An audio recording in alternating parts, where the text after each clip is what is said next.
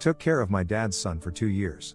Now his real father is suing me after my stepmom vanished. I lost my mother when I was 13 to cancer, so it was never like I had no pre-existing memories of her. Damn, I feel like I had more memories with her during that period of my life than with my dad, who I barely ever saw because he was so busy with work. Yeah. Work. Y'all can already see where this is going. Well, the memories kind of go blurry when my mom was diagnosed with cancer, and it was only about a month from then that she passed away. Heartbreak would be an understatement because I had lost my best friend. Well, things just went downhill from there onwards. My dad started showing his true colors, which he was hiding previously. He started bringing all his affairs, which he was previously hiding, back home. Seeing your dad bring a woman, who was as young as 20, back home during the same week as her death was mentally draining, to say the least. This man really showed more love and care to his random flings than he ever did to me. Needless to say, I have raised myself ever since then. When I turned 18, my dad met Isabella. She was a young woman who had graduated from the small university he is the president of. Isabella was okay, she had no interest in speaking to me, and neither did I. So, by the time she moved into our house, I had moved out, thinking by the time I came back for the holidays, she'd be gone like one of the many women my dad had flings with. But guess what? Isabella was different. Not only was she present for the holidays of my first year of university, but the second and the third too, until one day, right after my graduation, I received a very formal wedding invite. Yeah, my own dad never bothered to tell me he was getting married. Hell, I didn't even know that they were engaged, but hey, I wouldn't mind going to watch a rich man in his late 40s getting married to a young woman in her early 20s. The wedding was obviously going to be expensive, and I just wanted to have a couple of drinks. Boy, the wedding was expensive, fun and messy. It was great to sit there, along with a friend I had dragged as A+1 to judge my dad, while Isabella was obviously touchy-feely with one of my dad's young groomsmen. But of course, I had zipped my mouth and was enjoying the view. So, they get married, and once again it's dead silence from the two newlywed. I think nothing of it because I'm busy with my own thing. That is when the global situation was happening as well, and so, I didn't bother to even visit them. So, I found it quite surprising when right after the lockdown had started to be lifted, Isabel started visiting me at my place. I actually had a pretty decent time with her, and I thought nothing about us getting along. What I found surprising though was how she, out of nowhere, brought a literal child with her, claiming that it was my dad and hers, and how she had given birth to him during lockdown. I was honestly dumbfounded, but after all that my dad had done, I was shaken up or anything. So, I started chilling with this lil dude as well, who undeniably was cute as F. So, it's been a couple of months since this thing has been going on. My work completely switched work from home, and so, I didn't have a problem looking after him every once in a while as Isabella went to run errands.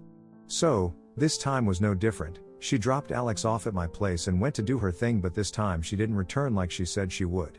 I immediately realized what was happening and started calling her. No answer. It started hitting me and I panicked, trying to find my dad as well as her on social media, and bro, it was all wiped out. I was left with my jaw on the floor. These people had genuinely ghosted me. I knew I had no choice but to go to the cops, who were of no help because there was literally no information I had about these people. Even back at my dad's workplace, they informed the cops that my dad had been fired 1 month prior to everything happening because my dad had been caught having yet another affair with a student. I was shocked, but I knew I needed to be level-headed and take care of Alex. Even though I knew nothing about this kid, I knew I didn't want him to end up like me, and so, started taking care of him while the cops along with the CPS granted me temporary custody of him, at least until the parents showed up. Well, they didn't for the past 2 years until today. I received a letter in the mail with a name that I could barely recognize. I thought it might have been from my neighbors, delivered to me on accident, but after looking at the address which matched to mine, I decided to open it and was dumbfounded to find out that it wasn't just any letter. It was a lawsuit sent to me by a person with an unknown name for having custody of their son without their consent. Huh? Was my immediate reaction. I decided to look up the name on Facebook, and guess what? That person is none other than the guy who was being touchy-feely with one of my dad's groomsmen, suing me for his son that I had been taking care of. Needless to say, I will be going to lawyers soon. I know I'm not wrong here, but I still can't help but ask, am I the a-hole? Do I have a leg to stand on here? What should I do? Update 1. I visited the lawyers today, who told me that my case was pretty strong since I not only have proof documented from the cops and CPS of my multiple attempts of trying to reach out to the parents of the child, I also have a good leg to stand on for child support as well. But before that, the lawyer has sent in a request for a court-mandated DNA test, which honestly, I'm fairly sure that it will come positive. Another major update would be that after years, today, I saw that my dad reactivated his Facebook page. I took no hesitation and messaged him. At this point, after everything he and Isabella put me through, I have no shame and cussed him out fairly well. But surprisingly, I was shocked that he replied to me, telling me that he had indeed reactivated this account to reach out to me. He has told me that he will be returning back to my city soon. We have decided on a meeting for next week. By that time I will also receive the DNA test results and I will update you all then. Update 2. A week has passed since I last updated and I finally had that meeting with my dad, and oh boy. Was that meeting one of the most insightful conversations I've had with that man after a while. He sat me down and explained that he had no idea that Isabella had left Alex at my place. He told me that he had left the city a month before Isabella did, when he was fired for having an affair with a student, which he apparently never did, and it was a plan by Isabella to ruin his life after he had found out about her plans to run away with David, the groomsman, and that Alex wasn't his son biologically. This was enough to shock me, but when I asked him why she wanted to leave Alex behind and why David was now suing for custody, he said that the only sane explanation for that would be the fact that Isabella wanted nothing to do with Alex, but David wanted to be a parent to him. So when she wasn't ready to tell him where Alex was, their relationship might have begun on a rocky note and ended eventually, as David could not handle being without his son. That is when David started his search, and it was only around a month before I got the lawsuit documents that he had reached out to my dad for some leads, and after stalking around a little, they both found my Facebook where I had pictures of Alex with me. Well, my dad wanted to go through the normal route and first reach out to me, but David, in a fit of rage, just sued me, which is what caused my dad to reach out to me. I can't believe I'm saying this, but it is the first time that this man apologized to me, and I couldn't help but cry overhearing all of this. That is when my dad said he would try his best to help fix everything, but if David isn't convinced, he personally promised to help me with the case. So, this is where I am currently. I know this is just as much for you all to take in as it is for me. I will update you all as much as I can soon though. Update 3, I met David along with my dad and explained everything to him. We put all the pieces together, and newsflash, the both of them realized that it was truly Isabella who was the villain in this situation. It was truly weird to see how dense David was, that I literally had to point it out to him, but honestly, the fact that he understood is all that mattered. So, he decided that he wanted to do an out-of-court settlement with me before going after Isabella for child abandonment, who is currently residing in Europe. David was great about this situation overall. He was extremely patient and didn't hesitate to sort out any and all money that he owed me for caring for Alex. I decided to put my foot down at the point where he said he wanted to set up a custody agreement wherein he got full custody for Alex. I told him that he had to start off with visitation, otherwise I would have absolutely no problem going through the proper route and getting full custody of Alex after him and Isabella both abandoned him for so long. I guess that put him in place, and we have now started visitation. Alex seems to be enjoying seeing his dad. As for Isabella, I have agreed upon being a piece of evidence as the lawsuit between her and David starts. I have also put Alex into therapy because I know for a fact that he will definitely need it once these changes become permanent in his life. And that is all, guys. Thanks again for your amazing advice and support.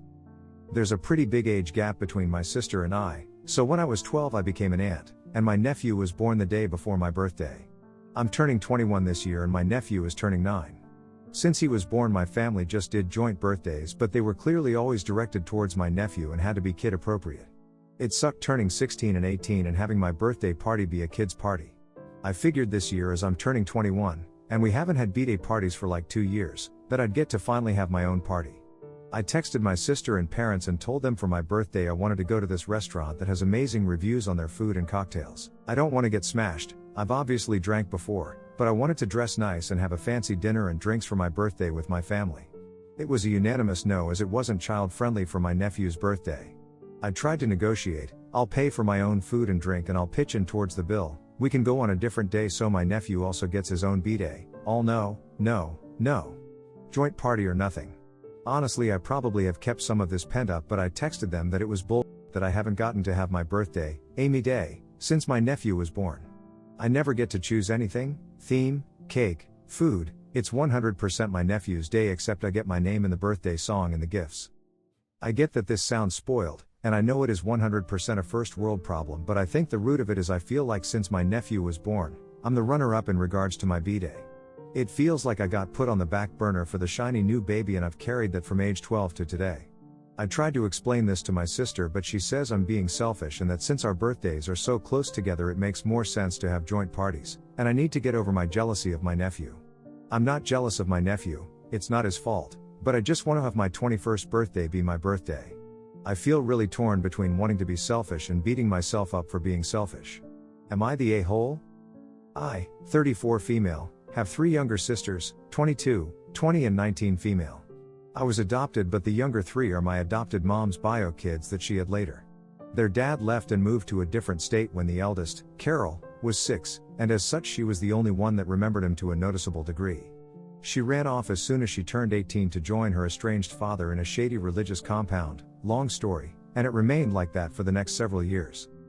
That was until a couple months ago that Carol died unexpectedly, and our family had a bit of a dilemma after we got the body back from the police. Our family has never had that much money, and all my mother could afford was a simple, direct cremation. We all know that given how religious she was, this wouldn't have been what she wanted, but she left no will because she died at 22. My mother called me the other day to ask if I would be willing to pay for a burial, and after some calculations, I found it would be technically possible, but I would have to be very lean for about a half a year afterwards to compensate. My mother said no problem, and we would just have her cremated. Yesterday, my middle sister, Marie, called screaming at me about how selfish I was, and that since I could afford it, I should do it for the family. This is very out of character, since Marie basically never expresses emotions. She said that I was being selfish and dishonoring Carol's memory by forcing our mom to dispose of her body in a way she wouldn't have wanted. I said that isn't a sacrifice I'm willing to make given Carol didn't have a will and we never had a functioning relationship, and 2. She went off to another state immediately and nobody in the family had spoken to her since 2018. Marie has gotten her father's extended family involved, and they've been blowing up my phone constantly with how I am selfish and ungrateful for the sacrifices Carol made. Marie has continued to insist I am wrong and that I should pay the rest since neither her nor my youngest sister, Lily, have jobs. I am quite honestly shocked by this outburst, and I don't really know where it's coming from. Given how out of character this is for her, I'm wondering if I'm in the wrong. I asked Lily, who says that she's sad that Carol can't be buried, but it's ultimately my money and I can do what I want with it. Our mom is completely on my side. She never got along with Carol because of how enamored she was with her ex-husband. I can't decide if I was the a-hole or not in this situation, since I technically can afford it even if it requires insanely strict budgeting, so am I the a-hole? Update: I have done some of the things recommended by you wonderful people, so this is what happened. I talked with my mom about how Marie found out. She said that Marie asked about our conversation, and my mom basically said the same thing that I said in this post. Marie even confirmed that story, so I've determined my mother was not the a-hole. Marie just blew it up out of proportion.